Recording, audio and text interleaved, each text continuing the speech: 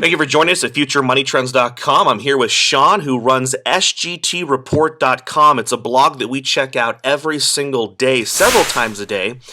Gets updated often. If you like videos, if you like good articles, whether you're interested in the precious metals or just want to know the truth about the economy, we highly recommend checking out SGTReport.com. Sean, thanks so much for being on the show with us today. Hey, thanks for asking me back, Daniel. Sean, I want to get into something that just went across the wire. It's talking about the slippery slope that you have often talked about that we're heading down. It says the headline reads, Secret Service requests TSA pat-downs in Chicago at the train stations for the NATO summit. And a lot of people have joked, I think it was South Park that joked that, that eventually you'd be going into an IHOP and you'd be getting a TSA pat-down. Well, here it is. They've got us immune to being used to the airplanes, and now it's hitting the train stations. Are we heading down a road that eventually the TSA type situation will just be everywhere?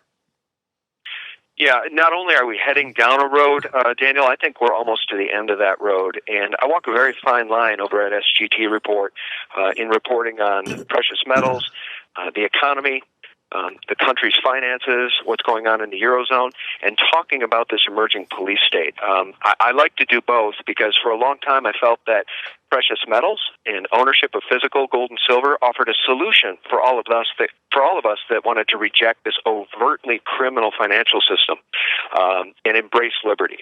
More and more, though, Daniel, I'm getting less and less concerned about my own financial future and about our survival.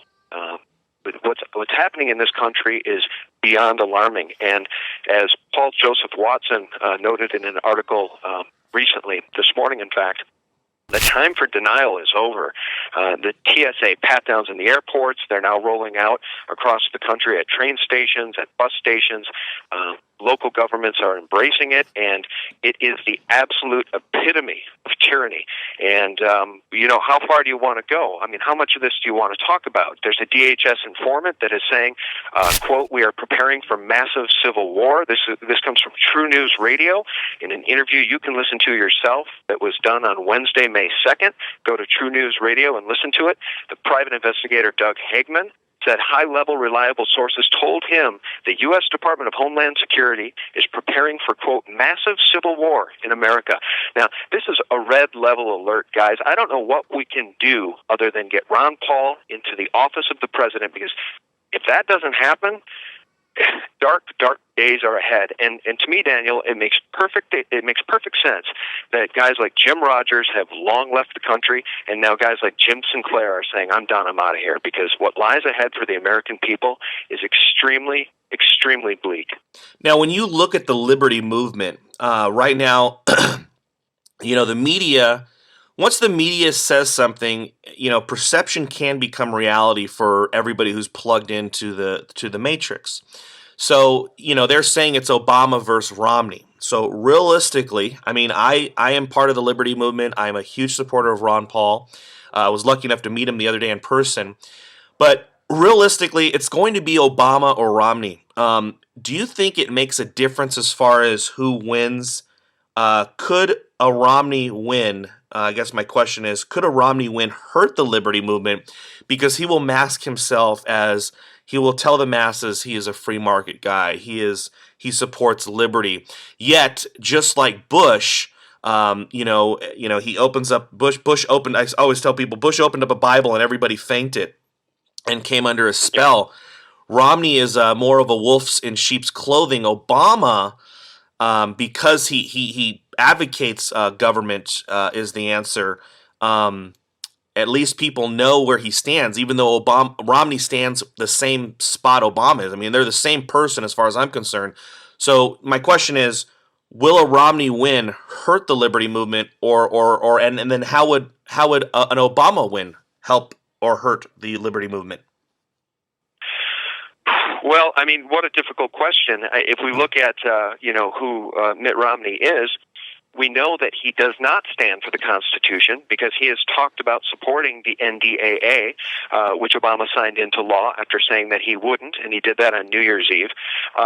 And when asked at one of these rallies by a libertarian-minded woman, Romney said, "Oh, absolutely, I'd support it." Because, as we recall, on 9/11, we were attacked by Islamic fundamentalists. So they're going to continue to use the official story of 9/11 and jam down this police state down our throats, and Romney's not going to change it. But I think it's even worse than that, Daniel, because I don't think that Mitt Romney will be the next president. If the people are going to stand down, and when I say the people, I mean those who are awake at any level and know at all about Ron Paul. If the people are going to stand down and embrace Mitt Romney, because now so many folks believe, and I think they're right, we couldn't do any worse than Obama. So if they're going to stand down and not support Ron Paul and not show up in Tampa, in the hundreds of thousands demanding that Ron Paul be heard because he is the candidate for the people, of the people. He is who the people want, those of us who are informed. The tens of thousands of people that show up across the country at his rallies. If the people are going to stand down in hopes that Romney is the solution because it can't get worse than Obama, I'm here to tell you that Romney will not become the president because the powers that be would love to see Obama in there for another 4 years. So my greatest fear, Daniel, is that if it becomes a Romney versus Obama election, if we have an election at all in November, some folks are predicting we might not, I don't think that Mitt Romney will win. And because as we know, they control the vote, and now they're talking about offshoring the vote count to a foreign country, Spain, I believe, to make sure that there's no malfeasance, right? What a joke. Now, switching the topic to the precious metals, what are you feeling as far as the silver market and gold markets right now? Today, the news, people have, seen that the economy really is not in recovery. It never was.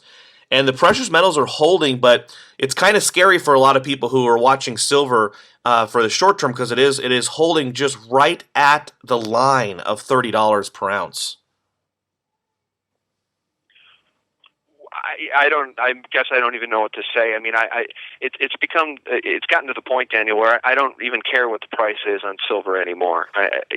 What I'm more concerned with now is stacking on a regular basis and offshoring, or getting out of some of this fiat currency, okay, and into a hard asset, okay, and I'm far less concerned about the price because as we see this development happen in our country, with I think $16 trillion in debt and no end to the money printing in sight, the day-to-day price of silver really, it doesn't concern me. What concerns me is our survival and the survival of the republic. So for those who want to take part in actively saying no to this criminal system, which, the banking cartel, which manipulates the price of gold and silver daily, if you want to say no to that system, buy some physical metals, but also actively get involved in taking our country back. So less and less I'm concerned about the price of gold and silver every day. And as Andy Hoffman, who I just interviewed the other day, said, he doesn't think about it at all. And he doesn't even think about it as an investment. He thinks about it as a safe harbor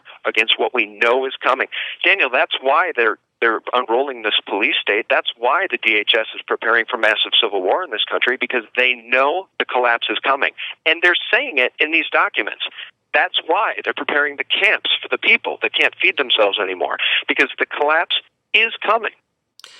Yeah, no, I feel the same way. It's funny. Often people ask me about what happened to gold that day or silver that day, and sometimes I literally go like a whole week without checking the gold or silver price. Oftentimes I'll see the gold prices because it's on MarketWatch.com, which I check daily, but the silver price isn't there, so I might not know the silver price for over a week. When you're looking at the situation we face, as far as preparation, are you preparing for something to happen overnight, or do you see does this have several more years left in it to play out? Folks like Peter Schiff, I think, are surprised that the system hasn't collapsed yet. Folks like James Turk are surprised that the system hasn't collapsed yet. I'm surprised. I think you're surprised. I think it's accelerating, and what we see across the planet exemplifies that, what we see happening in the Eurozone. It's a house of cards that is in the process of coming down. As we see this police state now unroll at high speed, I think the government is concerned that this Ponzi scheme could fall apart at any moment. So, to answer your question, I'm surprised. Do I think it can go another year? Yeah, I really don't, but I think there's a lot of folks that thought 2000 and end 2008 rather marked the end of this Ponzi scheme, but it didn't. And so to answer your question, all I can say is prepare. Buy some food while you still can for long-term storage. Buy some precious metals and prepare, because the facts are in. James Turk has said we're going to see massive inflation, hyperinflation in this country by 2014. John Williams has said the same thing. So all you can do is prepare. None of us are Nostradamus. None of us can predict when it's going to happen, but look at the signs. The government is now moving forward with detention camps and everything else because the government knows this collapse is coming. Now, let me ask you something. It's kind of it's not controversial, but it's I guess it's quasi controversial in our community. There is a camp that is only purchasing physical precious metals. There's a camp that purchases both precious metals and mining stock. There's a camp that purchases precious metals, mining stocks, and houses. Where do you fall in as far as I know I'm personally not going to push anybody anything. I know you probably feel the same way. But where are you personally at? I mean, are you buying a mixture of different hard assets? What do you define as a hard asset? Is an oil company a hard asset to you?